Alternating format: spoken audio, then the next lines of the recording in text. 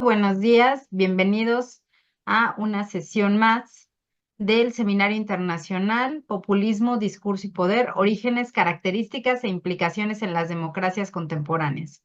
Yo les agradezco muchísimo, agradezco al Centro de Estudios en Ciencias de la Comunicación, así como a la Facultad de Ciencias Políticas y Sociales, al Centro de Estudios Políticos y al programa de posgrado en Ciencias Políticas y Sociales por apoyarnos en estas gestiones para poder transmitir esta sesión del seminario. Hoy tenemos la tercera sesión que cuenta con la participación de la doctora Margarita Palacio Sierra y que el día de hoy nos va a hablar con el tema, el título de su ponencia es Ibris y Perpetuum Mobile en los procesos de desdemocratización.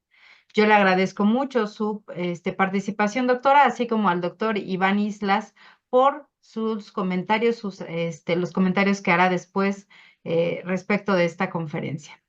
Le cedo los micrófonos el día de hoy a la maestra Alejandra de Alba Moreno Ballesteros, quien va a ser nuestra moderadora.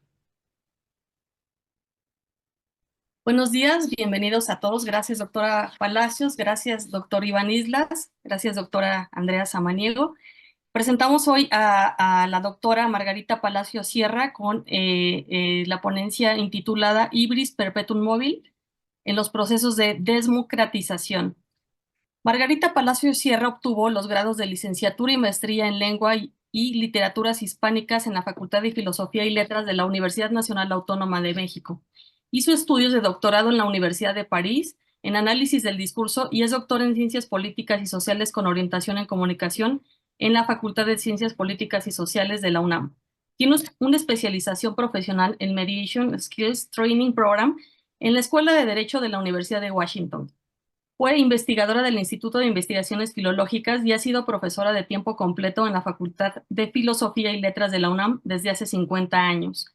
Recibió el reconocimiento Sor Juana Inés de la Cruz, la Medalla al Mérito Universitario en 2 ocasiones y el Premio Nacional Universitario en Humanidades en 2020. Fue coordinadora del Seminario Universitario de Estudios del Discurso Forense en la UNAM. Es autora y coautora de 14 libros. Ha escrito artículos sobre análisis del discurso, la estructura sintáctica de la cláusula, los procesos de comprensión y producción de textos, estudios de género, minorías y la construcción democrática en México. Ha sido ponente en diversos congresos nacionales e internacionales y es organizadora de congresos nacionales e internacionales sobre lingüística y estudios del discurso.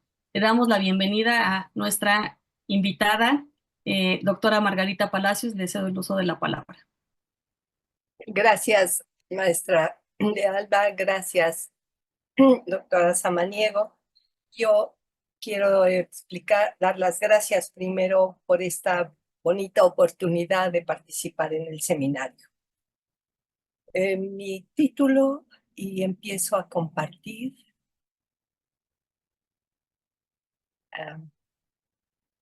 Espero que no tengamos problema.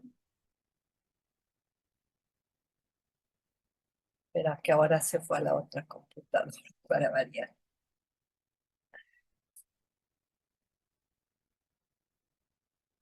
No. Mira, que no quiere regresar aquí. Va. Espero que no haya problema porque se va la pantalla 2 al. ¿Se comparte? No. ¿Sí? Sí, sí, doctora, se está compartiendo, pero Con el otro, sí. Eso es lo que me imagino. Dejen ver si podemos regresar a la pantalla. Una que mal, pero bueno.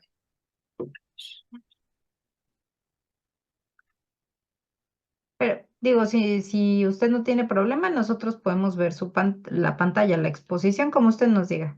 Em, Voy a intentar una vez más que se comparta en el otro. Pero si salta de pantalla, eso es lo que sucede con alguna frecuencia con esta cosa. A ver si aquí quiere. A ver. Qué barbaridad. Ya lo teníamos. Si quiere, yo la comparto, doctora, sin Ahora problema. sí, ya creo que ya debe compartirse, ¿no? ¿No? No, ahorita no se ve, su presentación. Lo dejamos como estaba, perdón, pero tal vez sea más fácil.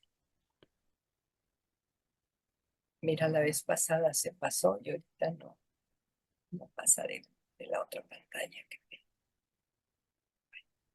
Qué pena. Puedo compartirla yo si quiere y ya me va diciendo. A ver, sí, voy a hacer un último intento, Ale, a ver si aquí quiere, pero si no pasa, pues ya no pasó. Y lo hacemos con la otra pantalla. Qué lástima.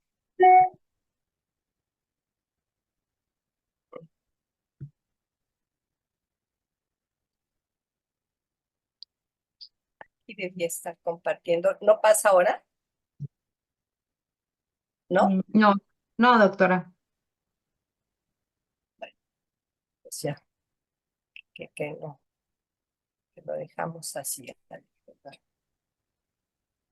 Pasamos ahora ni siquiera compartir, a ver si quiere. Sí, si quiere, ¿ya se está compartiendo, doctora?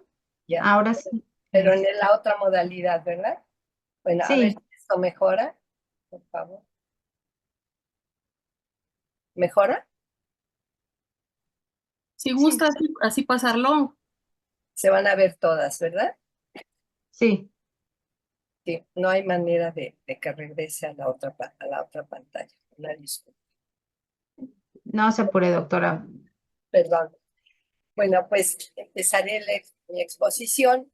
El título es La ibris engendra al tirano y la ibris consume al tirano.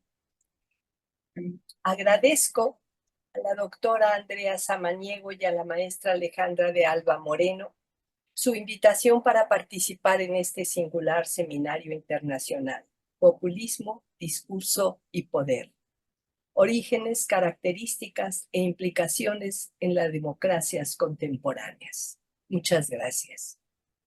Felicito a todos los inventores y organizadores de este seminario por la oportuna convocatoria que nos obliga como académicos y ciudadanos a pensar y repensar sobre este dinámico, aunque no sorpresivo, espacio de controversia donde el término pueblo parece sostenerse en un perpetuum mobile, en movimiento perpetuo, oscilando entre puntos coincidentes y opuestos al mismo tiempo, siempre al ritmo voluntario y autodeterminado de las manos que lo agitan. En un espacio de ibris, de desmesura y deseo que se va tejiendo con prisa atropellada. La desmesura, sentencia Sófocles en Edipo Tirano, de acuerdo con la traducción griega, estalla, cito, cuando ésta, la desmesura, se harta en vano de lo que no es oportuno ni conviene. El tema implica emociones fracturadas que, como todas las emociones, parodiando a Platón, tiene sus razones. Entre las causas y las consecuencias se albergan discrepancias, intereses, manipulaciones, engaños y también causalidades, memoria y olvido. Atinada y pertinente selección temática referida a un cronotopo de antesala que nos obliga a dialogar, deliberar y actuar sobre un futuro desdibujado y tal vez arbitrariamente predibujado, aquí y ahora. Gracias a los presentes, gracias a los que desde el ciberespacio nos acompañan, gracias por su valiosa escucha.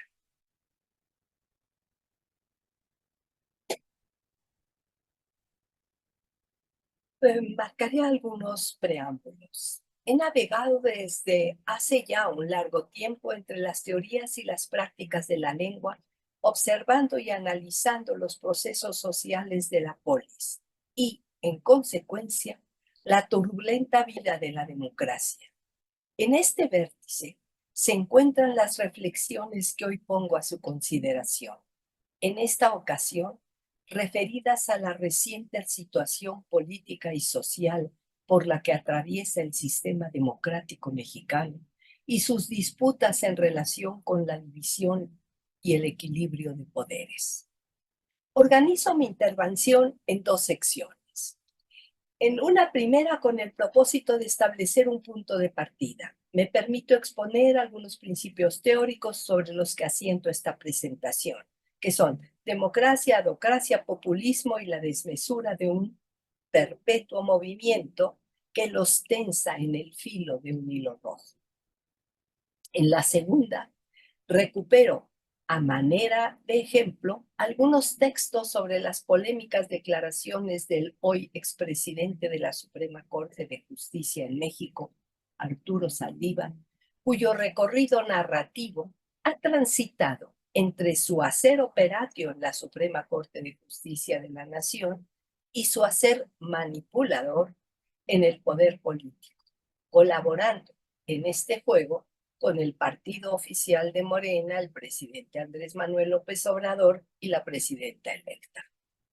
Claudia Sheinbaum, para elaborar una reforma judicial que, de acuerdo con las normas, debilita al mismo poder judicial al que el ministro ha pertenecido.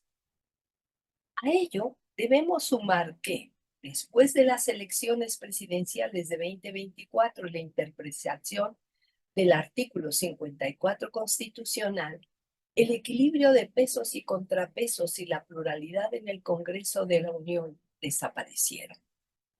Este encadenamiento de acontecimientos, después de una fallida transición democrática, restablecerá en México el poder homogénico de un partido y la conducción de un caudillo líder. La interpretación de esta paradoja aporta datos lingüísticos que revelan su sentido y son evidencia del proceso de desdemocratización del sistema del gobierno mexicano. Esta virtualidad de la realidad, pregunto, ¿posverdad? Cuyos espejismos lo mismo se refieren a reivindicaciones sociales que a conjuros amenazantes para la democracia, o peor aún, ocultan intereses personales y privativos de un líder o su líder. Merecen preguntas y cuestionamientos, aunque no podamos lograr respuestas unívocas. Se trata de espacios porosos que cabalgan sin distancia y aparentemente sin cauce determinado. Nuestro diálogo deberá observar sobre una palabra de moda, populismo, y sobre un concepto desdibujado, pueblo. Esta, como todas las modas, muda de costumbres y de adjetivos. Depende y pende de la situación discursiva en la que se manifiesta y de sus actores. A principios de este siglo, los nombres de grupos y actores que remiten a estas convicciones han proliferado. Por ejemplo, surgen partidos políticos como Podemos, Alternative für Deutschland, Indignados y el mismo Brexit. Y líderes como Hugo Chávez, Maduro, Rodrigo Duterte, Milei, Donald Trump, Andrés Manuel López Obrador, entre muchos otros. El término abandonó sus entrañamientos amenazantes y peligrosos y se colocó a todo galope en el centro de los discursos políticos y sociales.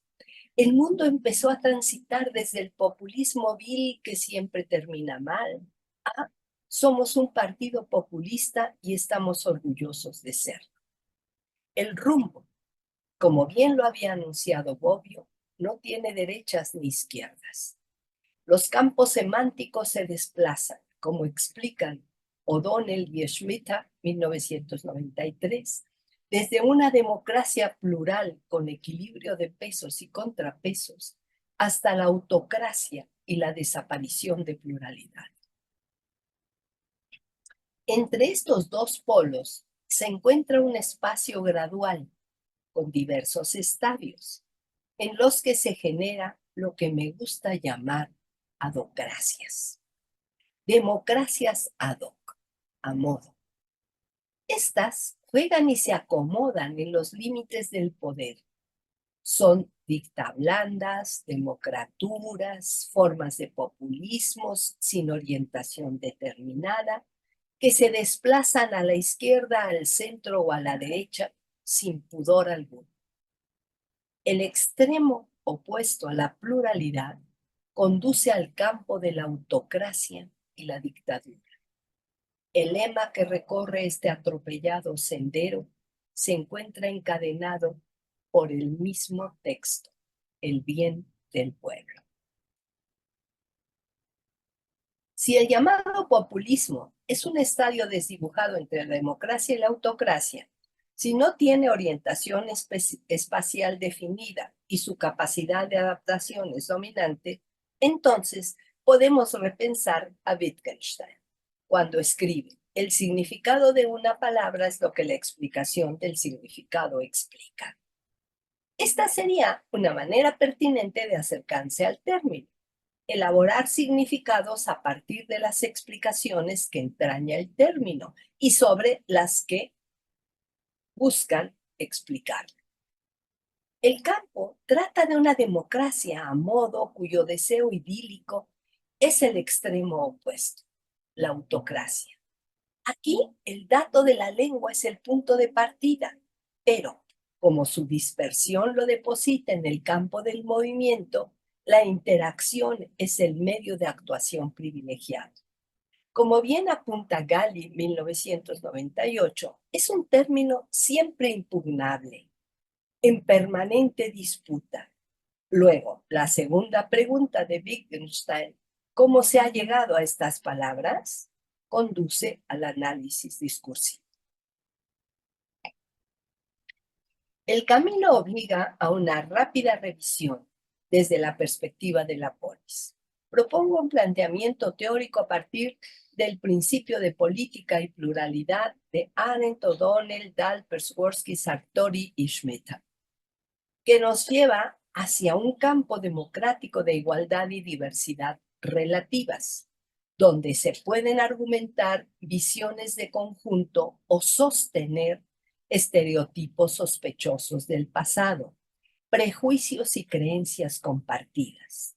Estas ópticas, en momentos de crisis, inducen reacciones estáticas, como el miedo o la lealtad, versus las reacciones dinámicas que conducen a la pluralidad dialógica y la resistencia. La desmesura del actor galopa con movimientos de prisa emotiva que impiden fácilmente el proceso lógico de causa-consecuencia. Esta combinación de factores se fractura o reconfigura la estructura de la polis. Aquí retomo a Francis Bacon, que en 1620, Novum Organum, sostenía que los ídolos eran los fanatismos. Para él, 4: ídola tribus, la intuición; ídola specus, la percepción; ídola fori, la experiencia; e ídola teatri, los deseos, que dominan a través de la lengua la capacidad de conocimiento. Ello explica que en el escenario de los deseos se acepte como válido cualquier engaño discursivo que coincida con estos deseos. Estos son los peligrosos prejuicios anticipados de Hannah Arendt, difundidos con palabras de límites difusos y permeables, como los adjetiva Lyons. Estos nacen en la familia, en la imagen de refugio fundada en el principio de alianza, que se construye en un mundo de emociones, inhospitalario y sin otredad. Hannah Arendt se pregunta: ¿qué es política? Y responde escuetamente: pluralidad humana. La política descansa en un hecho: la pluralidad humana. Cito: porque la política nace en el espacio que está entre los hombres, luego está en cualquier cosa fundamentalmente exterior al hombre.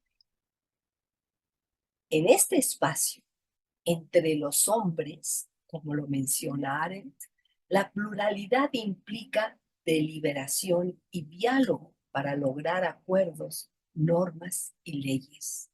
Formas comunitarias que van desde la cortesía hasta la regulación jurídica de las comunidades. Hobbes, en este sentido, señala que la política es la construcción de una relación donde la igualdad es relativa, pero la diversidad también lo es. La exterioridad es plural, se mueve, crea espacios de normas que regulan en igualdad dentro de la diversidad de sus integrantes. Por ello, la democracia, sin ser la mejor organización social, es el mejor sistema de gobierno experimentado hasta ahora. Esta condición de pluralidad inherente a la polis genera, en principio, normas civilizatorias que coexisten con preconstructos sociales, prejuicios a los que prefieren los ídolos, a los que se refieren los ídolos de Bacon. Mientras las normas y leyes son producto de consensos colectivos, los prejuicios, como su prefijo lo indica, no son juicios, son presuposiciones que crean un espacio de intereses privados que pretenden legitimarse como parte de una historia y donde las palabras entrañan relaciones de poder entre dominados y dominadores. Son términos cuya eficacia se encuentra en una verdad parcial, fincada en un pasado común o en un saber de creencias compartidas que pretenden suspender el espacio democrático de la pluralidad. Carlos Pereda, sobre la confianza, los refiere como verdades confortables. Términos concepto que el hablante no pone en tela de juicio. Son confortables en dos sentidos. Primero, porque facilitan la vida cotidiana. Pásame la sal es un acto de habla en el que la sal pasa de una mano a otra sin preguntarse si el contenido es realmente la sal. Y segundo, porque permite enunciar un argumento convincente a partir de un conocimiento común que no se cuestiona. Entonces, nos preguntamos, ¿con qué materiales se construyen tanto el pensamiento como las acciones? ¿A partir de qué prácticas y experiencias las normas y los prejuicios se confunden y compiten? Desde el disputatio hasta nuestros días, estas confrontaciones con algunas variantes son prácticas argumentativas que definen quién controla, gana o pierde un debate. En este espacio, los intentos por adecuar lo particular al interés general ponen en disputa las reglas del juego social, que rivalizan con prejuicios discursivamente confortables. Los presocráticos distinguieron este vértice a partir de dos mundos, el de la necesidad y el de la arbitrariedad. En fin, el mundo humano. Este transita desde el acto de fe confortable, creer, hasta el conocer de una causalidad lógica, pasando por los saberes de la experiencia. El logos, frente a estas paradojas, como afirma Platón, abandona su racionalidad para cuestionar la fiabilidad de la palabra en el discurso. Platón escribe, puede decirse del nombre que es falso o verdadero, puesto que puede decirse esto mismo del discurso. En el Cratilo. Y San Agustín abunda. Todo lo que es por otra cosa es menos relevante que aquello por lo que existe. Mientras que para Platón el discurso humano puede nombrar las ideas eternas por su condición absoluta y definitiva, y por eso las considera valiosas, para Sócrates su valor se encuentra en la búsqueda de un objetivo inalcanzable. El destino del hombre, como el de la palabra, es caminar hacia su propio encuentro. Ambos imperfectos, por su condición plural, encuentran en el movimiento su mejor expresión. Hombre del indoeuropeo nom on significa terreno, terrestre, el no celeste, el que no es Dios. Sin embargo, el hombre quiere ser Dios. Esta acepción indoeuropea manifiesta la condición de la naturaleza humana, terrena e inacabada, como las palabras que usa. Cito: quizás nunca te has fijado en que estas palabras suponen que todos los seres se mueven, pasan y mudan o cambian incesantemente. Por novedad de las cosas, es preciso entender que mudan sin cesar. Al subrayar el cambio que si es libre puede ser negación, Sócrates prefigura a Saussure. Una palabra es un punto en un espacio de oposiciones posibles. La idea encontrará abrigo después de San Agustín, cuando asegura que el significado de las palabras no se enseña, se encuentra en el interior del ser humano. Pero habrá un giro que se orientará en sentido opuesto. En la reflexión del teólogo medieval, las palabras son eternas. La situación las recuerda. Para el padre de la Iglesia, las implicaciones son socráticas, pero el espíritu es platónico y probablemente por eso advierte, cito, pero las palabras derivadas toman de las primitivas el poder que tienen de representar las cosas.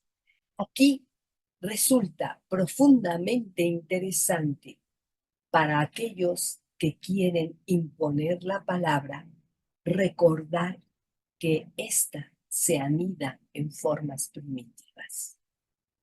Esto nos permite afirmar entonces que en estas palabras primitivas anidan prejuicios que no se cuestionan.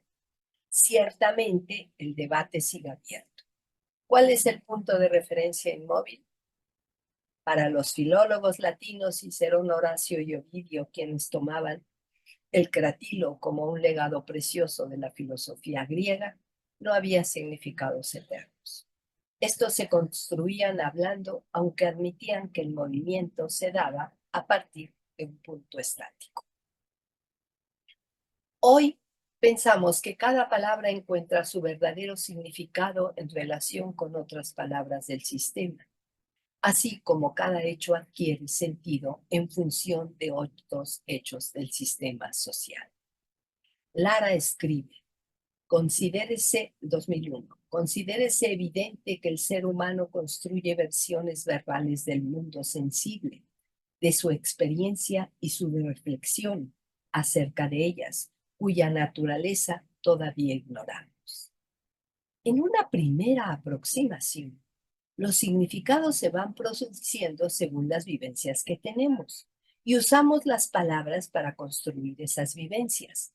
Pero ¿a partir de qué? Insistimos. ¿Qué hay atrás? ¿Dónde la eficiencia de estas palabras? De acuerdo con Ricoeur, 2003, el lenguaje siempre está queriendo transmitir algo de la experiencia humana. Dice algo de la forma en que somos en el mundo y lo habitamos, pero también dice de lo que somos. Y lo que somos está en ese inmanente que siempre estamos buscando. Entonces, en una segunda aproximación, la relación clave pudiera ser a la inversa. Las palabras forman los marcos de significado de las vivencias. En el narrar está implícito el modo en que cada individuo, dentro de su contexto sociocultural, habita el mundo. Así así el lenguaje como vehículo de comunicación es vértice obligado para analizar las interacciones y sus efectos. Lo eterno en movimiento se impone desde el lenguaje y es punto de partida de lo sí no común o del sí no compartido.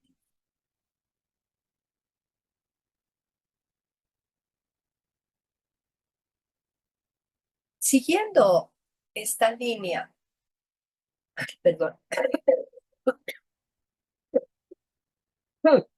disculpen, siguiendo estas líneas de pensamiento, podemos decir que el sentido figurado describe algo, pero lo hace en referencia a otra cosa cuya existencia se manifiesta en el entreespacio plural de los hablantes, del que hablaba Hannah Arendt en el discurso. Por eso cabe preguntar, ¿qué sucede cuando las cosas no son implicaciones causales, sino suposiciones sobre mundos posibles? Y todas implican condiciones de validez. Esta es la clave de la pregunta. ¿Cómo sistematizarlas para conocerlas mejor y finalmente algún día comprenderlas? Aquí, la presuposición y la implicación establecen condiciones y consecuencias.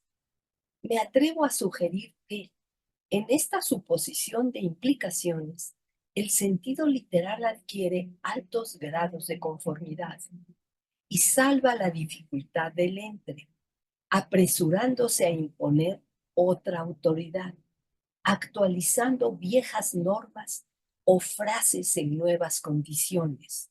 Por ejemplo, pregunta Sartori, ¿qué es pueblo?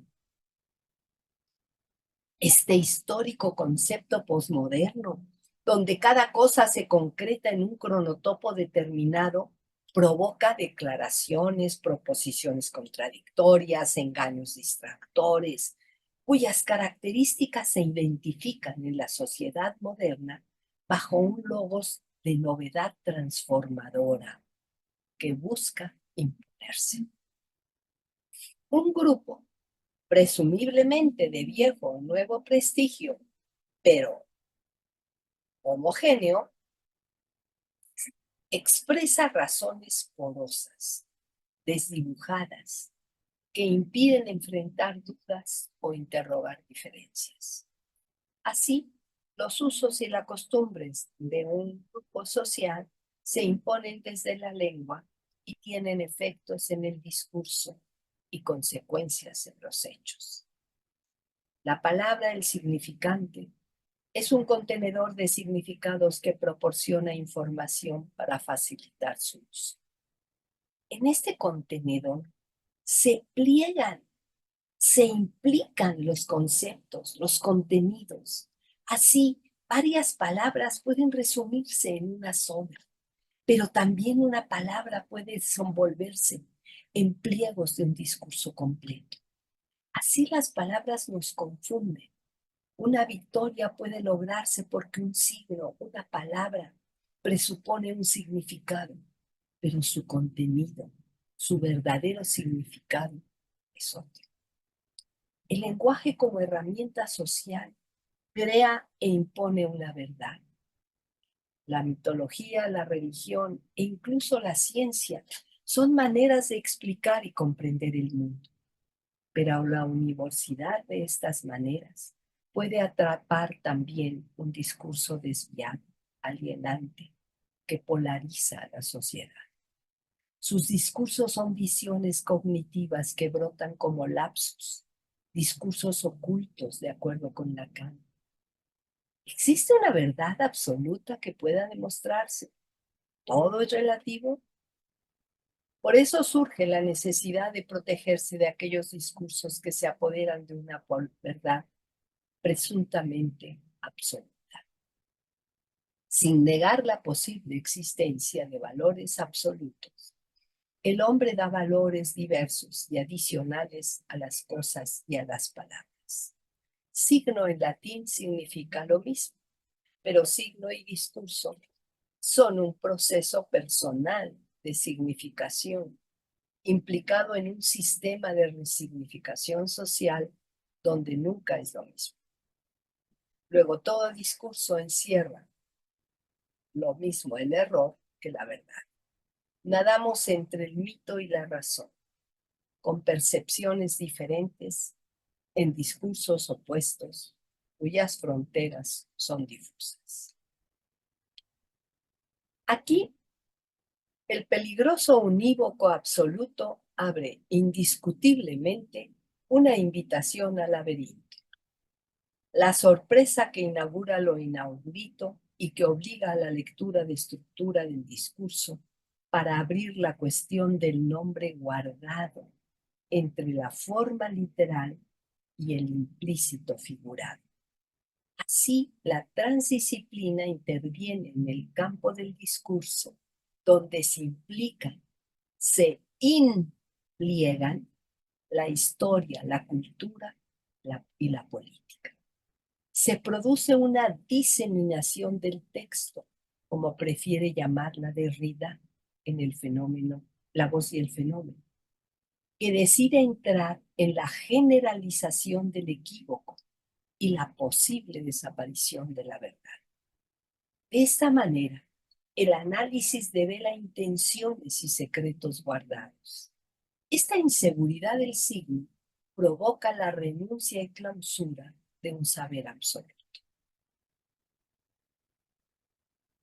Para el pensamiento universal, este vacío ha sido un poderoso atractivo para construir la historia de los sismos: cristianismo, budismo, platonismo, comunismo, marxismo.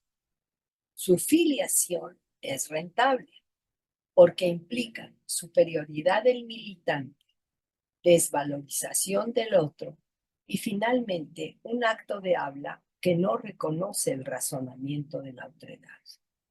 Tal vez por eso el texto literario, me pregunto, tal vez por eso el texto literario tiene la posibilidad de poner la verdad en escenarios de ficción. La paradoja, como la define Elena Beristain, es el pensamiento que altera la lógica de la expresión, pues aproxima dos ideas opuestas y en apariencia irreconciliables que manifestarían un absoluto y un absurdo si se toman al pie de la letra, pero que contienen una profunda y sorprendente coherencia en su sentido figural. Esta paradoja oscila entre los bloques argumentativos que refuerzan la cultura y las representaciones que privilegian, seleccionan y retienen hechos relevantes.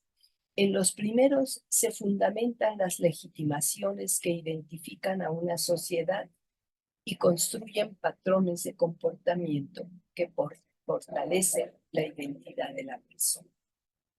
Mientras que los segundos descomponen los rasgos de los sujetos objeto para construir un micromodelo ideológico que les permite reconstruir una realidad como guía operacional para resolver problemas y conflictos.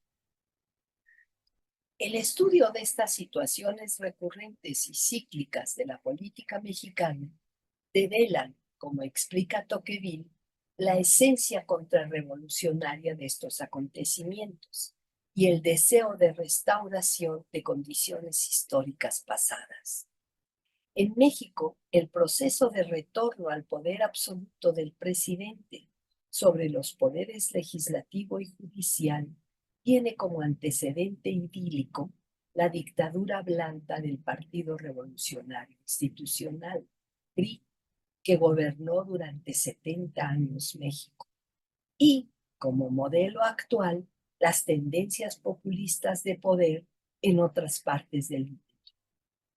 El Estado de Derecho posibilita la regulación de la pluralidad. Por eso, el control de un acuerdo social constitucional es la base que sostiene sus dos ejes de acción: la división de poderes legislativo, ejecutivo, judicial, posibilita el equilibrio de gobierno con el respeto a los derechos fundamentales. A partir de este triángulo básico, surge hacia el siglo XVII con John Locke y a principios del XIX con Benjamin Constant el pensamiento de un Estado sin Estado en algo más que la fuerza del más fuerte, el dedo de Dios, las alianzas o los matrimonios. Por ende, la democracia inauguró un sistema de gobierno elaborado mediante procesos mentales que sustituyó al sistema de las fuerzas. Una abstracción que comparte su campo semántico con otros términos hermanos como justicia, legitimidad, legalidad, libertad, igualdad y derechos. Estos principios invisibles deben su existencia o inexistencia, por una parte, a los deseos, a los ídolos de individuos y a organizaciones tribales. Y por otra, en el mejor de los casos, a pueblos avanzados, adjetivo de Sartori, que han asumido este lenguaje abstracto y debatible a partir de una construcción lógica. Por ello es pertinente señalar que, si bien la democracia es pluralidad que regula las divergencias, también descansa, como explica Ferriccioli, en los contrapesos y en la sobrevivencia de estos. Y de acuerdo con Perswordsky, depende de sus equilibrios. Por ello, el desequilibrio o ruptura de contrapesos es el inicio de un proceso de desdemocratización, como lo ha comprobado la historia. En el devenir diacrónico, la abstracción y la condición plural de la democracia han posibilitado sus adecuaciones pragmáticas, adocracias, como las he llamado. Los rusos aristócratas descubren la visión de pueblo y Chernyshevsky la construye con su defensa a los campesinos, que después lo colgarán. De esta manera, pueblo puede reunir a grupos diversos que entran a la vida política. En México, a partir del cardenismo, se crean importantes instituciones como el Seguro Social, Pemex, el Politécnico Nacional y otras de no menor importancia. En un ambiente de justicia social, estas dinámicas creativas invitan a trabajar, a producir en el campo, en la industria y en el arte. Sin embargo, la tentación del poder unívoco irrumpió el panorama con la aparición del clientelismo, fundamentado en el subsidio y control del sindicato. Aquí conviene distinguir dos conceptos: justicia social y clientelismo, que implicarían productividad en el primer caso y soborno en el segundo. Esta vuelta de tuerca encaminada al control del poder nos lleva o conduce al populismo, cuyo primer detonador en la actualidad podría ser Italia en 2004 con Silvio Berlusconi. Este llamado neopopulismo puede localizarse hasta 2016 en un punto de partida coincidente con el Brexit el 23 de junio y el triunfo de Trump el 8 de noviembre del mismo año. Se trata, como lo explica Bobbio, de un movimiento y también de una forma de gobierno que no obedece, como hemos dicho, a izquierdas o derechas. Si se gobierna bien para todos, estamos en democracia. Si se gobierna bien para una mayoría, es demagogia, porque obviamente a esta mayoría le falta la minoría. En este sentido, el pueblo soy yo y el pueblo me ordena, transita peligrosamente de un imaginario plural a un singular absoluto, con un discurso excluyente, intolerante y cargado de fanatismos que reducen y o manipulan una verdad única. Una amplia bibliografía sobre el populismo coincide en señalar características que los tipifican. Mood lo incluye entre los sismos. Stanley, Albertazzi y MacDonald en la polarización y negación de la otredad. Weyland, un clásico, en el liderazgo místico. Y Moffat en el pronunciamiento de una crisis. Podemos asumir sus rasgos distintivos en la presencia de un líder carismático, el desmantelamiento de la Constitución y las instituciones, la polarización y el clientelismo, la desaparición de la disidencia y los organismos autónomos, el empoderamiento de la voluntad popular en el discurso, el reconocimiento a la lealtad en detrimento de la capacidad, el espionaje y el secreto.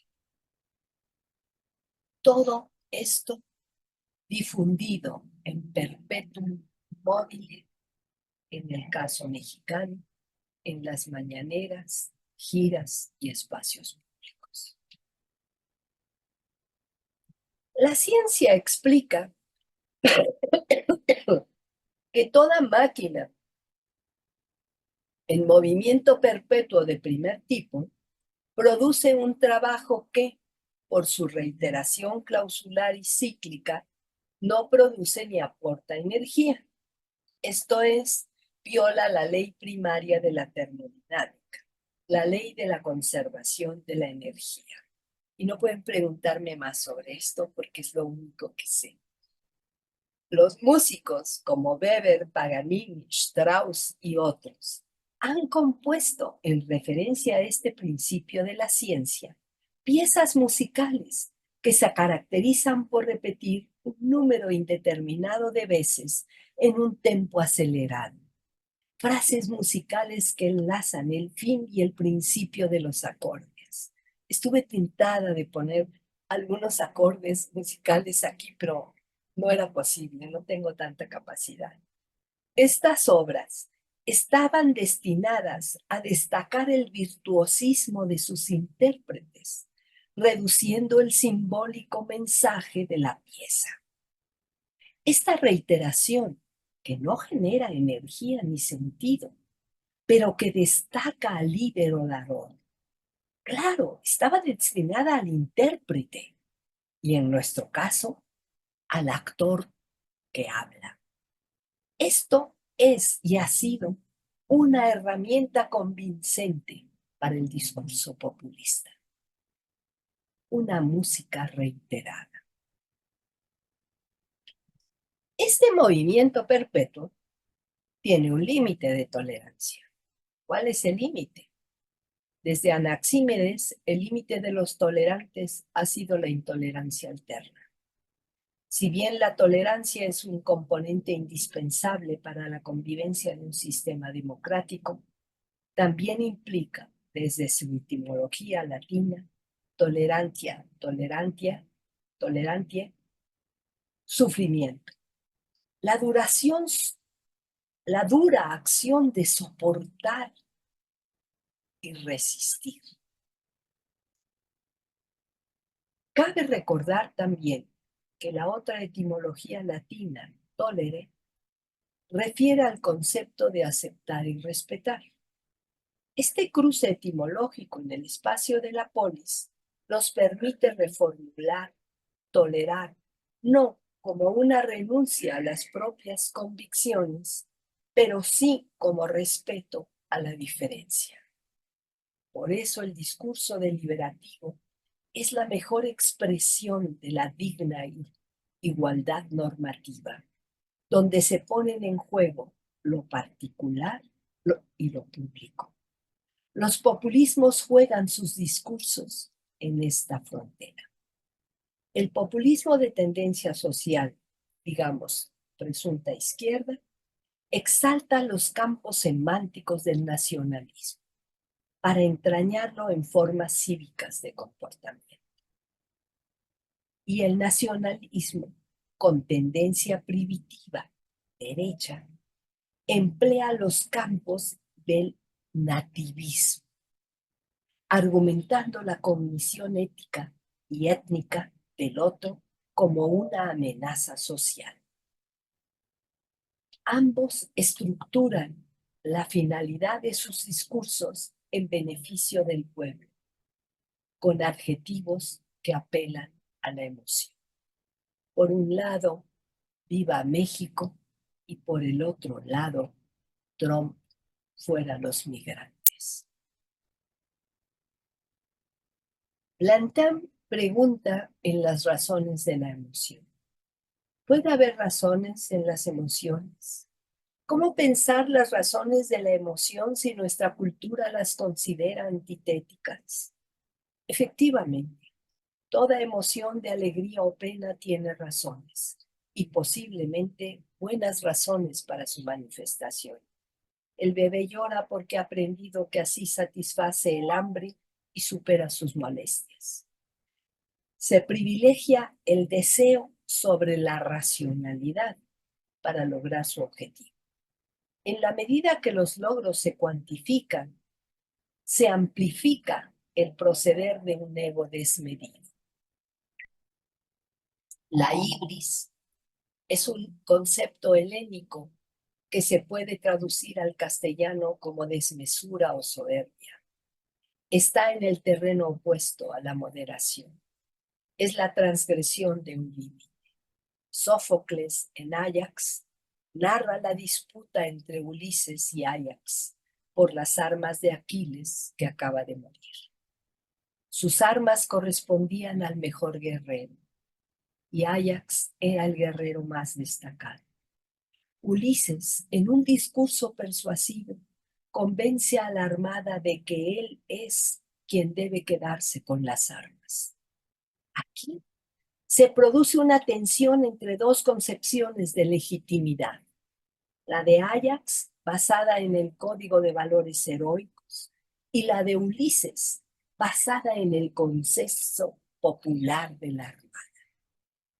Ulises fractura el código y acude a la desmesura de un discurso que apela a la emoción. Áyax, derrotado, sentencia la arrogancia de su contrincante. Cito: a pesar de todo me compadezco de él desdichado, aunque sea mi enemigo, al ver que está sumido en una sórdida ceguera, pues veo que todos los que estamos en vida no somos más que figurillas y sombras ligeras. El propio Sófocles, recogerá esta híbrides en el segundo estásimo del Edipo Rey. La desmesura, ibris, nos dice, consume al tirano. La desmesura cuando se harta en vano de lo que no es oportuno ni conviene. La tragedia griega acentúa las tragedias modernas. El castigo a la desmesura que desconoce límites y pondera el castigo de tal actitud. Este pensamiento ha recorrido la historia de las dictaduras y sus desmesuras, que, si bien desaparece, su tiempo se prolonga sin acierto y a veces resulta agónico para aquellos que lo sufren. Esta finitud con tiempo sin determinar es el reconocimiento de los propios límites. El que intenta pasar esos límites atenta contra un orden ya establecido, sobre el que puede, pero no debe disponer, porque como orden cósmico corresponde al orden de las cosas. Es decir, atentar contra el orden de las cosas termina con el atento mismo. Proyectando esta concepción al ámbito de la ética, hay que reconocer que el pensamiento ético griego está caracterizado por la noción de mesura, nunca demasiado. Su enseñanza sobre las virtudes reitera virtus in medio.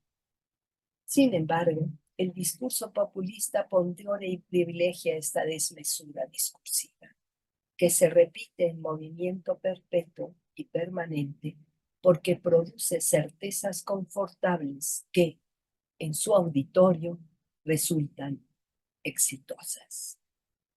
Comen como el niño y logra atenuar sus molestias. En este orden de ideas, Weyland, 2017, explica que la importancia de la atracción del líder refleja la sorprendente imprevisibilidad, variabilidad y desorganización en el ejercicio del poder gubernamental y la elaboración de políticas públicas del populismo, a menudo libres de las trabas que implican la camisa de fuerza de la coherencia ideológica o las estructuras partidarias tradicionales. Los populistas tienden a dar gritos de 180 grados en materia de política o a efectuar triunfales anuncios relativos a medidas con escaso cumplimiento posterior. No abundo y solamente pregunto, ¿le suena conocido?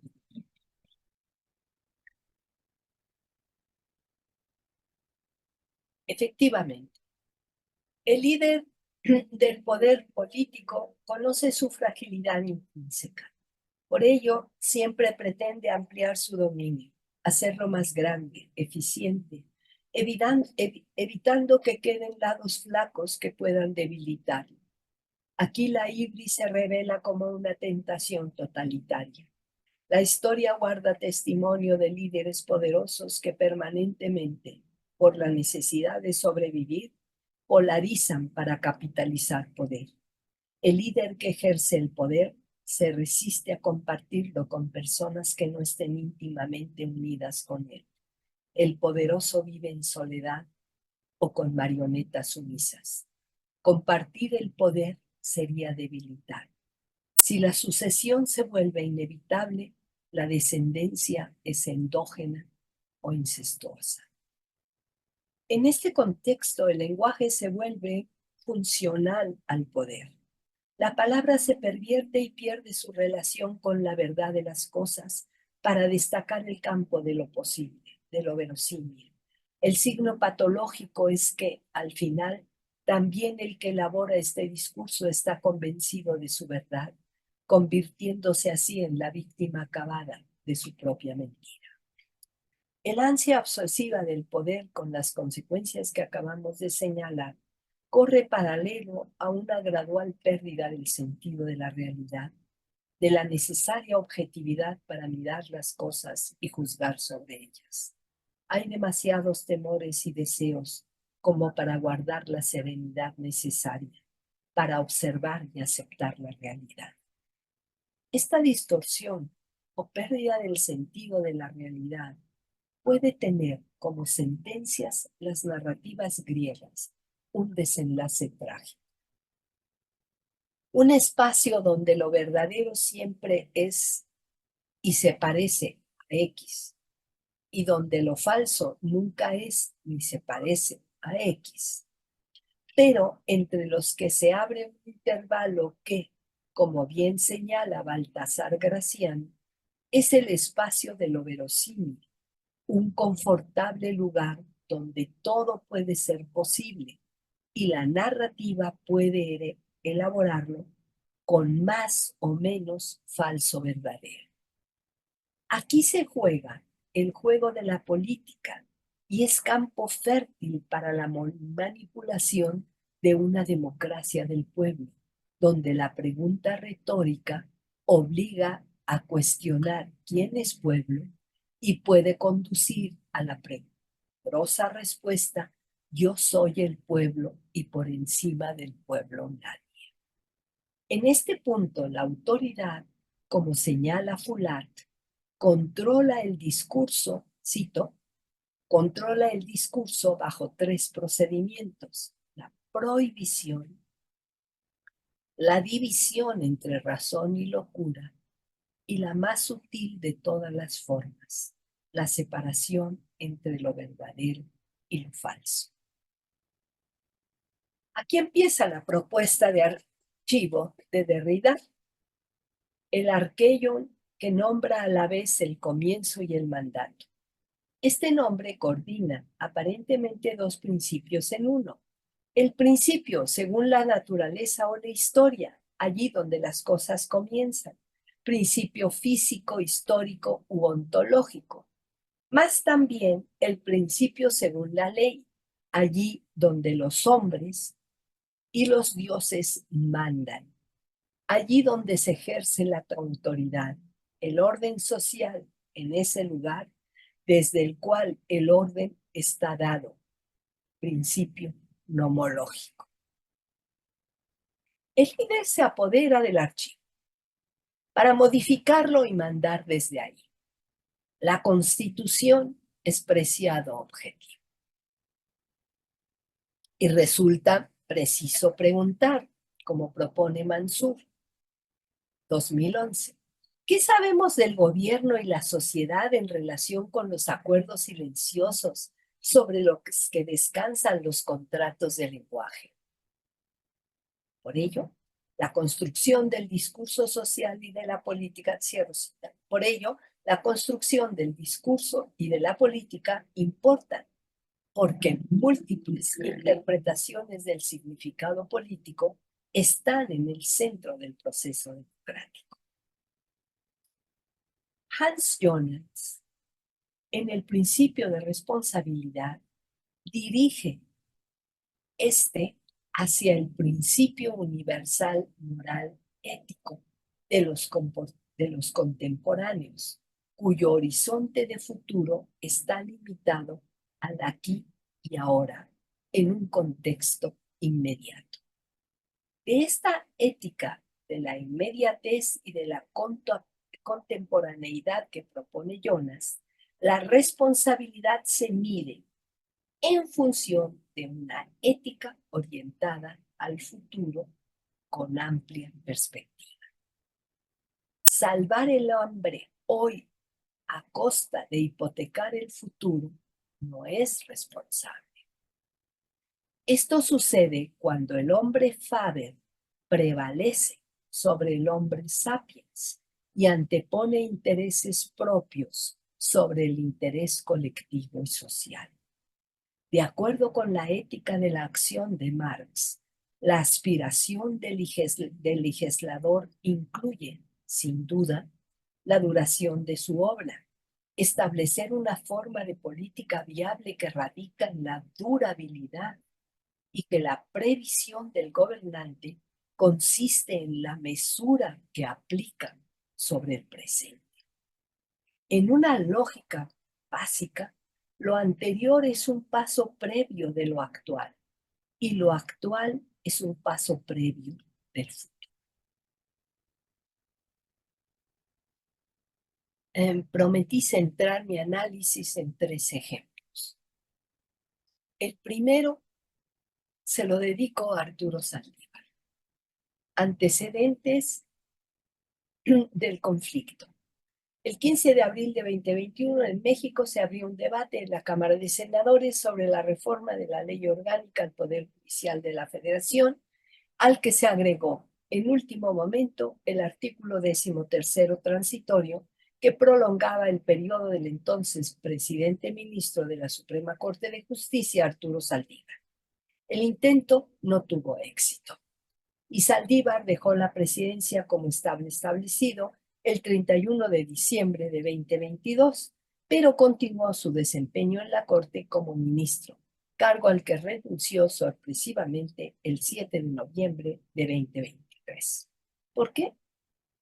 Actualmente, Saldívar colabora en la propuesta e implementación de la reforma al Poder Judicial, controvertida disputa que mantiene en huelga y rebeldía el sistema judicial y que, dada la mayoría de Morena en el Congreso, puede ser aprobada en este mes de septiembre.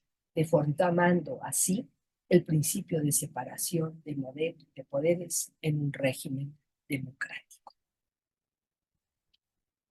Este juego de sentidos conduce los hechos por un laberinto de formas y espejos para producir una literalidad figurativa, el engaño a los ojos que hiere la literatura del siglo de oro español. Reviso los acontecimientos en 3 etapas significativas. Apuntemos. La renuncia de Saldívar al cargo de ministro tiene lugar el 7 de noviembre. Su ingreso al equipo de campaña de la candidata oficial a la presidencia de la República, Claudia Sheinbaum, al día siguiente, el 8 de noviembre. Y las declaraciones del presidente de la República, AMLO, en la mañanera del 21 de febrero, señalan sus intervenciones de manera casi obvia, por no abundar en cínica, y diálogos con el entonces ministro de la Suprema Corte, Saldívar. La renuncia de Saldívar al cargo de ministro presidente en la Corte fue en sí misma una sorpresa, a las que se sumó el modo informal de hacerlo, vía tuit, un año antes del término de su mandato y con causales de disputa jurídica y política. Se fracturaban las formas y los tiempos constitucionales. Saldívar declaró que tenía el propósito de seguir sirviendo al país desde el partido oficial de la Cuarta Transformación en México, porque su ciclo de compromiso social en la Suprema Corte de Justicia había terminado. Los actos de habla, de acuerdo con la teoría del discurso de Fernando Castaños, adquieren un orden prioritariamente valorativo, después deóntico y finalmente epistémico. Y me pregunto, ¿el jurista, ministro de la Suprema Corte, antepone el deseo, su deseo, a los principios deónticos de su cargo y deja en tercer lugar los conocimientos de su disciplina? Revisemos el texto. Mis aportaciones. Valorativo de interés. Se han vuelto marginales. Valorativo, calificativo. Adelante dice, estimo que es de la mayor importancia sumarse a la consolidación de la transformación en México desde los espacios que me brindan la oportunidad de tener incidencia en la construcción de un país más justo y más igualitario. Estimo, un acto valorativo, conduce a las siguientes emociones personales de Saldívar. Mis aportaciones marginales para otros y mayor importancia para mí. El acto deóntico obligatorio se limita a tener consolidar. ¿Qué? La transformación como un espacio de oportunidad e incidencia. Sin recato alguno aparece oportunidad. La episteme es una certeza confortable, un pasado actualizado con futuro posible, porque todos aspiramos a México, un país más justo y más igualitario. Perdón, ¿alguien se resiste a esta frase? Y el texto remata. El México con el que soñamos es posible. Sigamos avanzando en su construcción hasta que la dignidad y la igualdad se vuelvan costumbre. El sueño de dignidad e igualdad del pasado se realiza como costumbre futura. La fuerza del deseo y la emoción se imponen en un lugar común. El tema expresa la renuncia de un espacio jurídico, la Suprema Corte, para llegar a un espacio político, México. ¿Hay pudor? La polémica salida desdibujó la división de poderes judicial-ejecutivo. El hecho le permitió a López Obrador proponer una terna y nombrar un ministro a modo por un largo periodo, 15 años, fracturando el equilibrio de pesos y contrapesos en la Corte. El artículo 98 de la Constitución mexicana señala que la renuncia de un ministro de la Corte procede por causas graves. Y la disputa en el Congreso se focalizó en esta frase. ¿Pero qué es grave? Olga Sánchez Cordero, presidenta de la Cámara de Senadores, exministra de la Suprema Corte, se apresuró en la defensa. El texto constitucional, dijo, no estableció un catálogo de causas graves. Un argumento literal. Para la procedencia de las renuncias de los ministros, por lo que queda al arbitrio del que renuncia y del titular del Ejecutivo Federal, se construye un sentido figurado, la decisión. La oposición contraargumentó deonticamente. Separación de poderes, abuso constitucional, un ministro orgánico del presidente impulsado por el presidente y al servicio del presidente. Y valorativamente estalló el diálogo. Un traidor al Poder Judicial, plan macabro del presidente López Obrador para imponer una lacaya, el sello de la traición. Así, el discurso transcurrió desde la ausencia epistémica del árbitro, la causa grave, hasta la valoración del lacayo, la traición, para restaurar las condiciones históricas con una actualización metafórica. Finalmente, el 2 de agosto, el proceso se confirma. Saldívar operará reformas constitucionales, declara la presidenta electa Claudia Sheinbaum. Las nubes semánticas se disipan. Saldívar, el exministro de la Corte, como se puede ver en esta nube, se encuentra al centro de una paradójica disputa entre el Poder Judicial y el presidente, donde los nexos vinculan los términos: renuncia, poder del Ejecutivo, transformación, constitución y exministro. Para decidir, aquí tomo mi segundo ejemplo, para decidir sobre,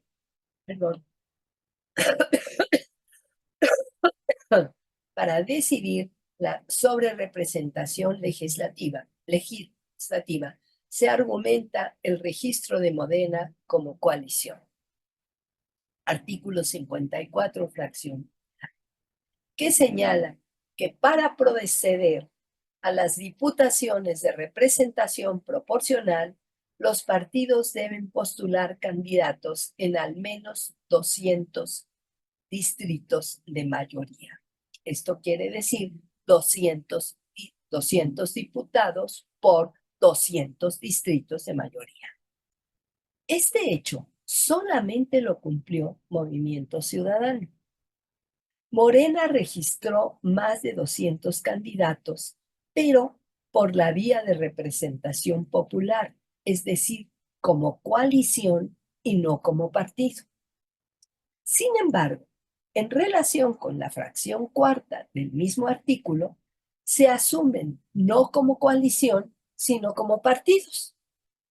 Hay, evidentemente, no una interpretación confusa, sino una interpretación a modo. En la primera fracción se asumen como coalición y en la segunda fracción se asumen como partido. Todo esto sucede en el mismo artículo 54. Sorprende que el INE recupere los argumentos que formuló la Secretaría de Gobernación el día anterior para dar su resolución sobre la disputa. División de poderes, autonomía. ¿Qué sucedió? Mi tercer ejemplo. Araceli Saucedo, senadora del PRD por Michoacán, y José Sabino Herrera, senador del PRD por Tabasco, el 27 de agosto de este año, por causa del pueblo, subrayo, por causa del pueblo, que los eligió como parte de la coalición Fuerza por México, se pasaron a Morena. Hecho jurídicamente posible y éticamente abusivo. El proyecto de una coalición versus otra coalición y el trampolín lingüístico es pueblo, un término flexible para los senadores. Zambrano así los condena. No traicionen a las mujeres y hombres que les dieron su confianza y contribuyan con ello a frenar las pretendidas reformas morenistas. Ténganlo por seguro, que un enorme sector de la sociedad les reconocerá su congruencia y valentía. Y nos preguntamos, ¿la sociedad se da cuenta de ello? Conclusiones. No tengo conclusiones, no tengo respuestas, solamente sigo con preguntas. La primera es, ¿tendremos a un nuevo Chapulín Núñez brincando hoy en el Congreso? El discurso de las reformas de septiembre debe contemplar el problema de manera plural e incluyente. Formular una pregunta sobre el foro de abuso al voto ciudadano. Chapulín no es el término. Abusivo sí es el término. La corrupción de los legisladores es un tema fundamental de la democracia mexicana. La autonomía y la división de poderes, pluralidad, pesos y contrapesos. Así se podría argumentar responsablemente y lograr procedimientos y normas con hilos fuertes, reflexión de puntada fina y sin prisa. Un salto de la presunta democracia es la sorpresa y la prisa. Cuidado, dos palabras peligrosas en el ambiente mexicano. Vamos a actuar con sorpresa y con prisa en una fiesta de cumpleaños. Hay capacidad, hay tiempo, hay actitud ética responsable en relación con las nuevas generaciones. ¿Puede la sociedad civil detener el atropello? ¿Tiene capacidad de freno el capital y las instituciones internacionales? ¿Quién es el juez tercero de la disputa? Y recupero estas frases de Luis de la Barrera recientemente publicadas en el Universal. A veces la vida nos coloca en situaciones extraordinarias, en las que nos vemos precisados a mostrar nuestra verdadera estatura, esa que no se mide en centímetros, sino en integridad, amor propio, honor y coraje. De cómo reaccionemos ante las circunstancias que se nos presentan en estos momentos, dependerá el juicio que hagamos de nosotros mismos. Y de ese juicio nos acompañará el resto de nuestra vida. Aquí, Barreda creo que de alguna manera recupera la derrota de Ajax. ¿Será la nuestra? Muchas gracias. Muchas gracias, doctora Margarita, por su brillante exposición. ¿Podemos dejar de compartir pantalla, por favor? Eso espero. Muchas gracias, Gracias. porque con esto nos da luces sobre la importancia del estudio del discurso en todos los objetos de estudio que abordamos en la academia, por la importancia que tienen las palabras, el poder de las palabras y el poder de los significados que adquieren en el uso las palabras junto con otras palabras dentro de un enunciado.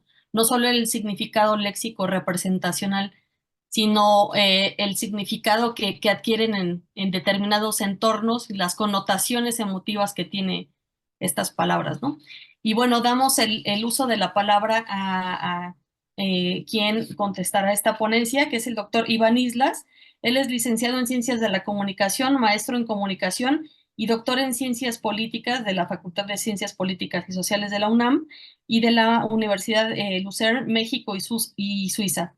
Miembro del Sistema Nacional de Investigadores. Ha sido profesor de semiótica, análisis semiótico, teorías del discurso, argumentación, estrategias de comunicación política, entre otras materias en la UNAM, la Universidad Panamericana y la UAM Coajimalpa. Es profesor de tiempo completo en la Facultad de Ciencias Políticas de la UNAM, donde imparte el seminario de análisis semiótico de productos culturales, en el posgrado y asignaturas de teorías de análisis del discurso y teorías de significación en la licenciatura de esta institución. Sus líneas de investigación giran en torno al discurso desde la perspectiva retórico-argumentativa y deliberativa, semiótica del arte conceptual y su vínculo con el discurso político y teoría de la significación. Adelante, doctor Iván Islas, por favor. Hola, ¿qué tal? Muchas gracias. Pues bueno, creo que me dejaste una tarea muy difícil, Margarita, la verdad. Oye, no puedes Toda esa tener exposición ninguna que nos tarea diste. difícil. Bueno, agradezco a Andrea Samaniego y a ti, Alejandra, por la invitación a participar en el seminario. Con gusto lo hago, como ya se los había dicho. Y bueno, pues seré breve para poder también dejar espacio a las preguntas. Creo que siempre digo eso y al final termino hablando más de la cuenta, pero bueno, trataré de hacerlo. Creo que coincido contigo, Alejandra, en el sentido de que es lo que nos expone Margarita, más allá de los detalles, que bueno, pues, y de todas las referencias minuciosas que nos hace la doctora Palacios, sí es un ejemplo de cómo podemos, más bien un ejemplo de la importancia del análisis del discurso, ¿no? Bueno, esta extensa ponencia que ofreció la doctora Palacios muestra un asunto que solemos enseñar en las clases de discurso y análisis del discurso. Justo es la relevancia del lenguaje y específicamente del discurso en la interacción social. En este caso, en el ámbito de lo político. El decir y hacer están ligados. Las formas discursivas y sus significados afectan o provocan comportamientos en los individuos. El lenguaje se vuelve relevante políticamente y los conceptos que discurren en distintas formas dentro de la lengua se ponen en disputa en su capacidad de variabilidad semántica. Apropiarse de ciertos conceptos y efectuar encuadres a conveniencia resulta ser una práctica común de políticos, no importando de dónde provengan.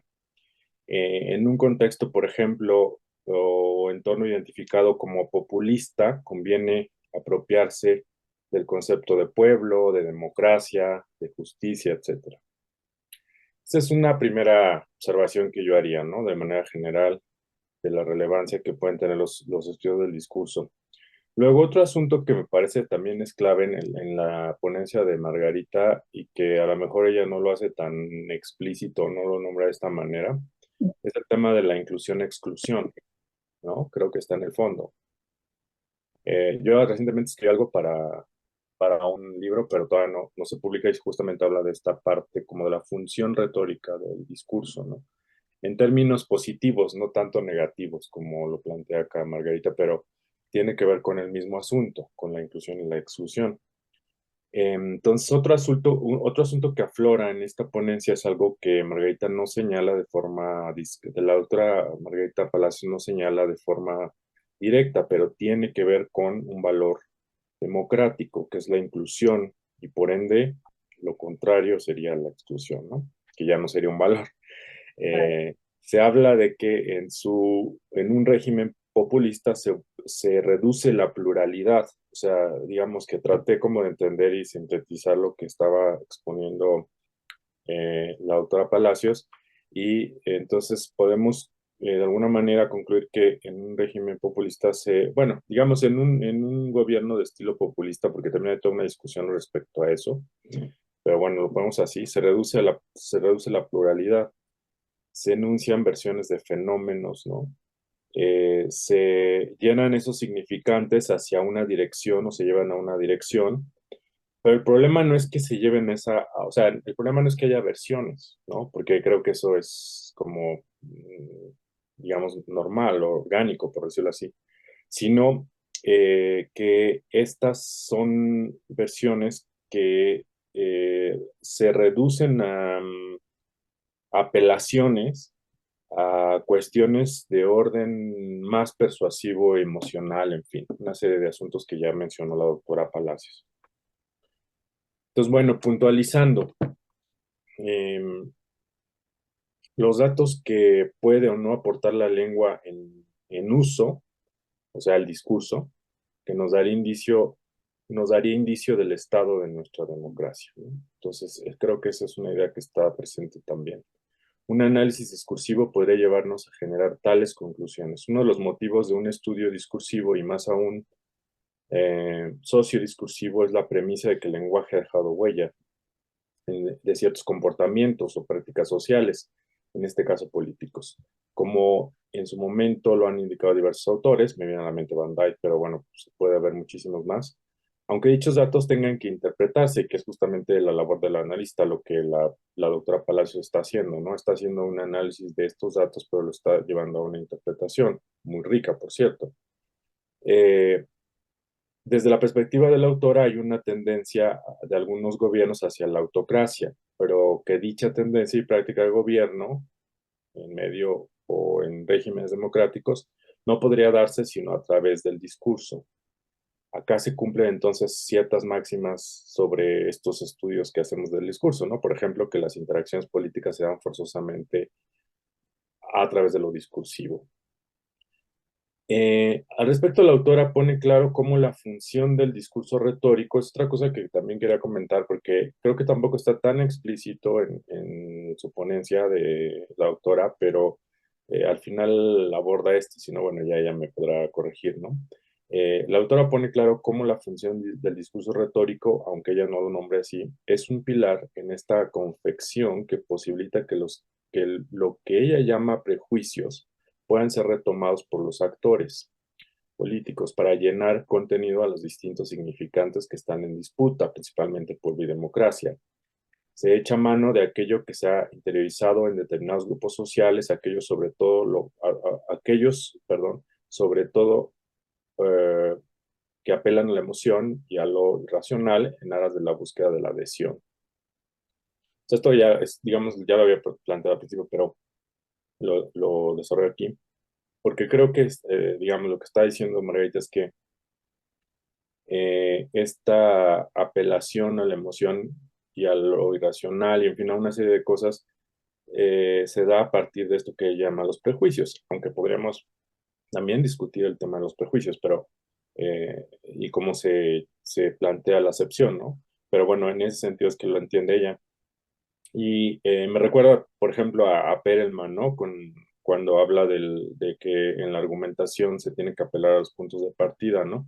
O las premisas, que son los valores y las presunciones. Y que estas valores y presunciones no tienen que ver con la verdad, ¿no? O no tienen que ver con cuestiones verificables ni nada, sino que apelan a esas cuestiones que son de arraigo, ¿no? Por ejemplo. Entonces, muchos de los contenidos o de los significados que se utilizan en discursos que llaman populistas, pues tienen que ver con esto. Aquí plantearé una crítica a lo argumentado por la doctora Palacios. Y bueno, ahí ya, si ella, después, porque ahorita yo creo que no va a haber tiempo, pero después podríamos platicarlo, ¿no? Porque digo, lo argumentado por la doctora Palacios supone un auditorio laxo o pasivo. O sea, por lo menos es lo que a veces me da como la impresión. Sí. Solo reacciona y aprobaría las tesis del orador, lo cual considero debería matizarse, ya que el papel de los escuchas, de los ciudadanos, podría tener un grado de racionalidad, ¿no? Podría ser también resultado de distintos factores válidos para la aceptación o rechazo de lo que se dice, ¿no? El discurso tiene efecto porque haya la oportunidad, porque se ubica en las circunstancias relevantes, en los entornos particulares y sociales que le permiten adquirir sentido. Y esos diversos factores, en todo caso, hablando de la democracia mexicana, son realmente complejos, ¿no? O sea, devienen de un proceso histórico complejo. Eh, Quizá en este caso necesitemos, por ejemplo, estudios comparados acerca de estas hipótesis que se han puesto a prueba acerca de las prácticas populistas en distintos contextos, ¿no? Es algo que yo he platicado también con otros colegas cuando hablan de populismo, porque digo, pues yo creo que habría que comparar con otros o poner estas hipótesis en perspectiva, ¿no? Porque a lo mejor en este caso, si se piensa que en México hay un gobierno con estilo populista, pues tendría que compararse con otros. O sea, no tanto la simple comparación, sino poner a prueba estas hipótesis que se plantean, ¿no? Que tratan de teorizar o que tratan de explicar. Siendo más mesurados, creo que lo que se constata, o sea, lo que sí creo que ocurre a partir de estas interpretaciones, como por ejemplo la que hace la doctora Palacios, en todo caso, es que se reafirma que son prácticas que se han asociado a lo que se llama populismo en su vertiente discursiva. Es decir, lo que sí creo que se puede comprobar, o por lo menos se puede vislumbrar, es que sí hay prácticas que se vinculan a lo que se ha considerado como un populismo desde la perspectiva discursiva, ¿no? Em, y esto, por ejemplo, yo lo traté en un artículo, ¿no? Cuando hablaba del uso de los procesos de democracia directa desde el punto de vista discursivo, ¿no? Que se apelaba a decir, ah, bueno, vamos a hacer una consulta, ¿no? Vamos a consultarle al pueblo, ¿no? Entonces, esa manera discursiva de referirse a los procesos de democracia directa, pues obviamente tienen un tinte totalmente este, retórico, ¿no? Y por tanto, retórico en el sentido negativo, porque también habría que matizar el término retórico, ¿no? Porque no siempre, digo, para mí lo retórico es totalmente amplio y hasta positivo, ¿no? Pero en este caso estoy refiriéndome a la perspectiva negativa. Luego, resulta interesante la explicación que da la doctora Palacios respecto a su noción de política, que sugiere una condición de cabida a la pluralidad, lo que lógicamente conduce a la deliberación y al diálogo con miras a lograr consensos y creación de reglas, cuando cita a Hannah Arendt, ¿no? Sin embargo, dice la autora, esto es amenazado a partir de que actores podrían, en lugar de la apertura y la inclusión, utilizar la persuasión basada en los prejuicios para las adhesiones, que en el fondo serían formas de legitimación sesgadas, ya que perseguirían el interés particular. Se utilizan, dice la autora, verdades a medias, algunas retomadas de versiones de la historia o de relatos acerca de lo que es una comunidad o de cómo se autoentiende, etcétera, ¿no? O sea, se hace alusión a estos prejuicios o a ciertos arraigos. Entonces, sí, creo que en ese sentido a mí me parece muy interesante este planteamiento, ¿no? O sea, yo creo que habría que profundizar, Margarita, yo creo que habría que seguir perdonen, ruido aquí. Habría que seguir profundizando en esta idea, ¿no? Porque Sí. sí es muy sugerente eso que planteas. Lo que plantea la autora es relevante desde mi punto de vista, en el sentido de que pone en la mesa un tema de lo discursivo, la reducción de las palabras a lo unívoco. Esa es, digamos, una manera de explicar lo que dije hace un momento, pero con el vocabulario desde el discurso, ¿no? Em, la reducción de palabras a lo unívoco que se da en esa disputa política llevada a cabo por actores nominados como populistas, quienes en sus emisiones reducen y no dan cabida a otras perspectivas, como si ellos detectaran el significado correcto, el verdadero significado. Y así escuchamos repetidamente la democracia es tal o cual cosa, etcétera, ¿no?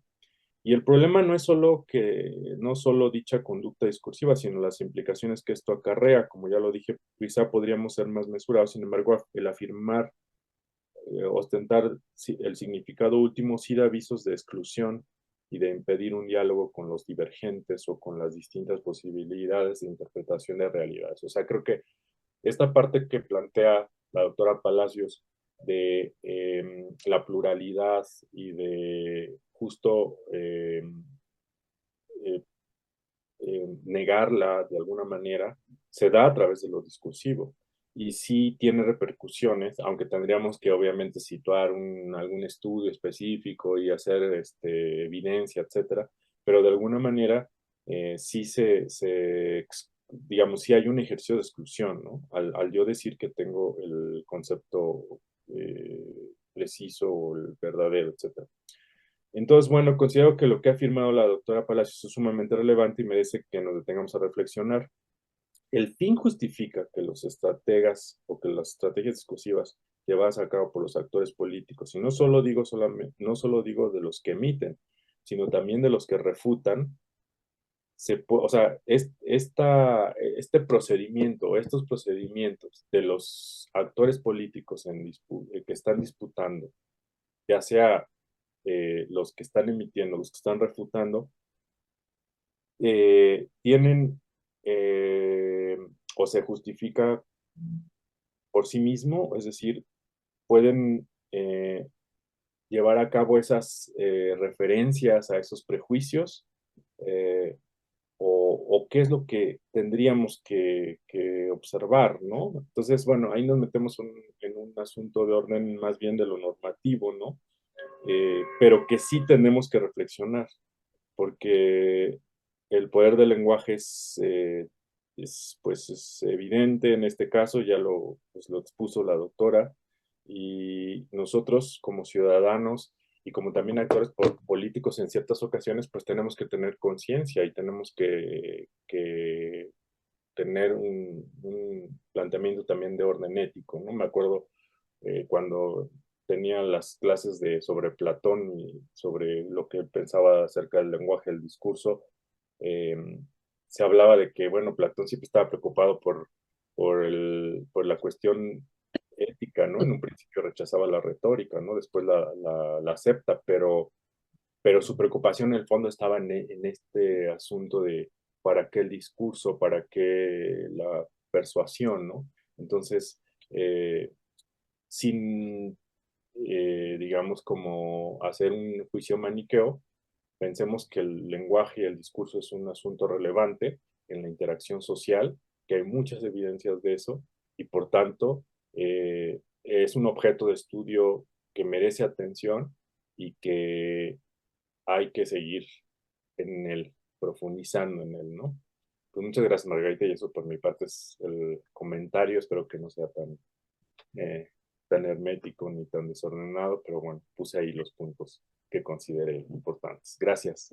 Gracias. Al contrario, gracias por leer. Siempre, siempre es, híjole, tan alentador que alguien te lea y te diga, y gracias, gracias por tu tiempo. Y además tomo nota, sí, yo creo que falta esa otra parte. Sí, ¿qué pasa del otro lado? No todos están. ¿Dónde está la resistencia?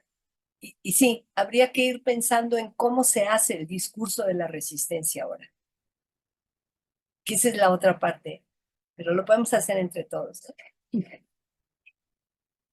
Gracias. Muy bien, doctora, muchas gracias. Glenda Castillo nos dice, todo suena tremendamente conocido. Gracias, Margarita, una exposición muy clara sobre qué es, cómo se realiza, para qué nos sirve el análisis del discurso. Y quisiera, sobre su exposición, me voy a permitir compartir pantalla para que nos quede un poco más claro esta lámina, por ejemplo, ¿no? Para quienes nos dedicamos a esto del análisis del discurso. Así. Que nos pudiera explicar ya por último, tenemos 15 minutos restantes, que nos pudiera explicar por qué considera usted que estimo, por ejemplo, en esta parte es valorativo, porque es un acto valorativo, porque Ajá. es demótico y porque es epistémico, ¿no? Ay, Para que quedara un poco más claro a quienes realizan y les sea útil a quienes realizamos análisis del discurso. Por favor, doctor. gracias, Ale. Creo que me fui muy rápido aquí, pero eso pasó. Bueno, hay tres formas que muchos de ustedes seguramente conocen, que es la propuesta, no solamente es la propuesta del doctor Castaños, es una propuesta muy fundamentada que viene desde Letos, Patos y Lobos, del Anaxímedes precisamente. Entonces, tenemos actos de habla donde lo que estamos dando son nuestras emociones, nuestros valores personales. Actos deónticos, que a mí me gusta mucho lo que dice Hannah Arendt, qué es lo que sucede entre las personas, entre los hombres, que es el espacio público. Y ahí tenemos obligaciones, ¿sí? Tenemos obligaciones con el otro. Lo que se permite, lo que se prohíbe, a lo que estamos obligados. Y hay otra parte de nuestra vida discursiva y personal, inclusive, interna, que es lo que vamos aprendiendo, aquellos conocimientos que damos como válidos, aquellos saberes, porque muchas veces no son conocimientos científicos, sino son saberes que son válidos. Entonces, pensando que cada vez que hablamos se juntan estos tres y siempre en algún momento vamos a darle prioridad a uno en detrimento de los otros, entonces analizo qué pasa con estos textos. Él dice, estimo que es de la mayor importancia, y luego, aquí no puse todo, dice, para mí. Entonces, aquí a lo que dice mis aportaciones, ¿no? Y luego califica. Está refiriéndose al yo, por supuesto. Estimo es el yo, el que domina, y además estimar no es un acto de conocimiento, sino es un acto en el que valoro, ¿no? Y luego, fíjense que estoy dando calificativos marginales, importancia, que tiene un valor mayor, menor, ¿sí? Ahí estoy dando una valoración, ¿sí? Por eso he considerado que mis aportaciones se han vuelto marginales, es un adjetivo. Estimo que tiene el yo, y mayor importancia o menor importancia está dentro de este campo de lo estimativo, de lo evaluativo. Y luego, ¿qué es lo que se da dentro de ese espacio del entre de los hombres? Pues la transformación, espacios, y fíjense qué cosa, espacios de oportunidad. Esa oportunidad es terrible. ¿Oportunidad para quién? Para el que habla, para el otro. Y si vengo desde el yo, es mi oportunidad. Es un deóntico no con el otro. Es un deóntico conmigo mismo. Es mi espacio de oportunidad. No me atreví a ponerlo con azul, pero debía tener como unas manchas de azul, ese verde, ¿sí? Está profundamente, no tiene pudor, vamos. No hay pudor. Es muy fácil encontrar que hay un camino desde mis aportaciones hasta espacio de oportunidad. Y peor, tener incidencia. ¿En quién? Aquí creo que este deóntico está muy manchado de azul, pero indiscutiblemente es el engaño. Aquí está el engaño, ¿sí? Es mi oportunidad que es tu oportunidad. Es la oportunidad de todos nosotros y eso se llama transformación. Y ahí está el sentido figurado, ¿no? Y el conocimiento, todos sabemos que existe México, y la verdad, ¿quién no quiere un país más justo y más igualitario? Estos son conocimientos comunes, que son los que muchas veces fincan. Y así está dado. Empieza por lo propio, por su posición, sigue creando este espacio intermedio, quizás al final da como contundente país justo e igualitario. Y de ahí al aplauso hay un paso. Y si hay un paso al aplauso, es que este último se hermana con el principio de mis aportaciones. Termina en lo emotivo con lo que empezó, en un cierre. Y este también debiera tener unas manchitas azules. Pero no pude poner manchitas en mi. Después a ver si alguno de mis alumnos es capaz de hacer esos esquemas con manchitas. Pero Ese justo igualitario es emocional, está apelado a lo emocional, porque de ahí viene el aplauso. Y el otro no, pues ya es totalmente, ¿no? Soñamos el México en el que soñamos, sigamos avanzando, se vuelve costumbre. Esto es el sueño, ¿no? Un sueño que se vuelve y avanza. Fíjense, es soñar, avanzar y volver. Soñemos, avanzamos y volvamos a soñar. Soñemos, avanzamos y volvamos a soñar, que ese es el deseo. Esa es realmente la fantasía lograda. Y claro, dignidad e igualdad viene con México, justo, igualitario, es lo grandilocuente de un conocimiento que termina siendo el empuje emocional del texto. No son malos constructores de discurso.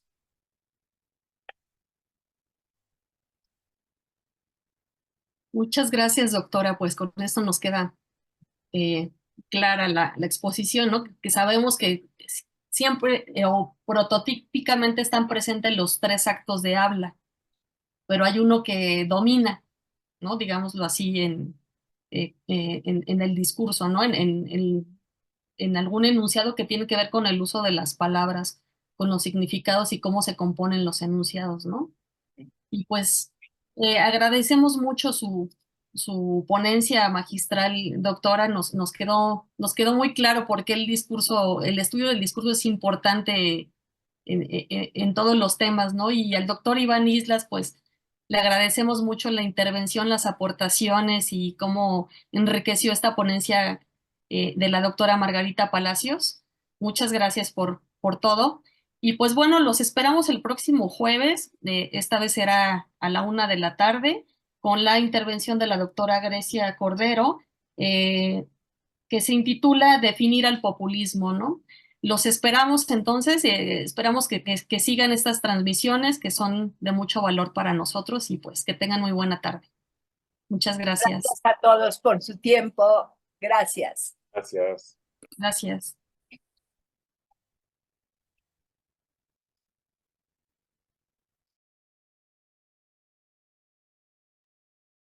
Ahí ya se fue la doctora Margarita. Sí, muchas gracias, por la invitación.